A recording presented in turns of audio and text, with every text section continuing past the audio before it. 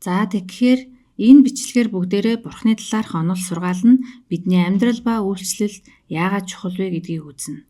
Үүний тулд эхлээд гурвлын тухай уламжлалт теолог нь чуулганы амьдралд яагаад нэн чухал байдаг. Дараа нь Бурхны тухай онол сургаалыг та нар үйлчлэлдээ ашиглаж чаддаг болоосой гэж хүсэж байна.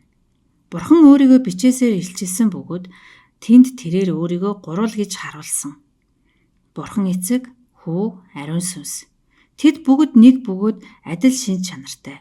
Түүнийг нь Бурханы шинжүүдээс харж болно гэдгийг бид үзсэн. За тэгвэл энэ бүхэн бидэнд ямар хамаатай юм бэ?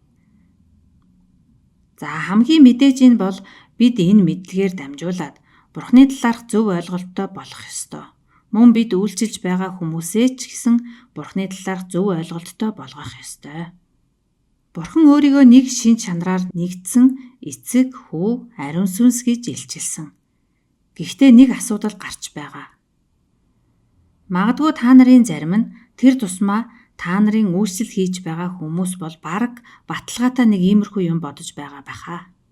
Тийм ээ, Бурхан бол гурвал гэж мэднэ. Тийм ээ, Бурханы шин чанаруудыг би мэднэ.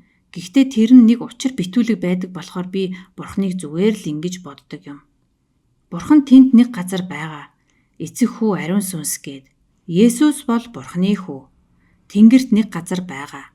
Тэгээд бас миний зүрх сэтгэлд бас байгаа. Ариун сүнс бас нэг юм хийдэг. Бурхан бол хайр.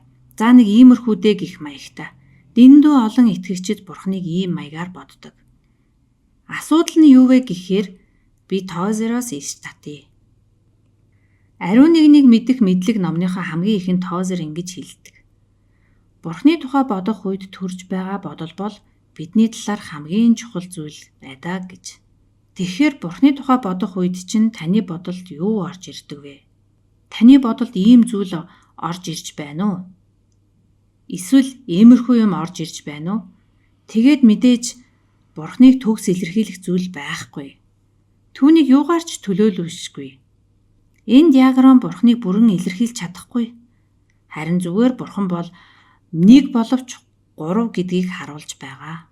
Бид Бурханыг эцэг, хүү, ариун сүнс гэж харах ёстой. Ийм зөв ойлголттой байх нь Христэс амьдрал болон чуулганд чухал.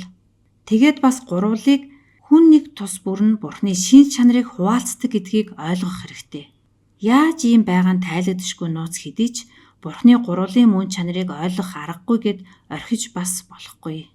Тэгэхээр бидний яриад байгаа зүйлс Бурханы талаар зөв үзлийг өгөх ёстой. Бурхан бол эцэг, хүү, ариун сүнс юм. За энд хүрээд би бичлэгээ зогсооё. Энэ бол танилцуулгын маш богино бичлэг байгаа юм. Та түр зогсоод Бурханыг би юу гэж хардаг вэ гэж өөрөөсөө асуугаад бодоод үз. Та Бурханыг зүгээр л нэг тийм ийм байх гэж харж байна уу? Эсвэл та бичээсийн дагуу илүү гүнзгий харахыг хичээж байна уу?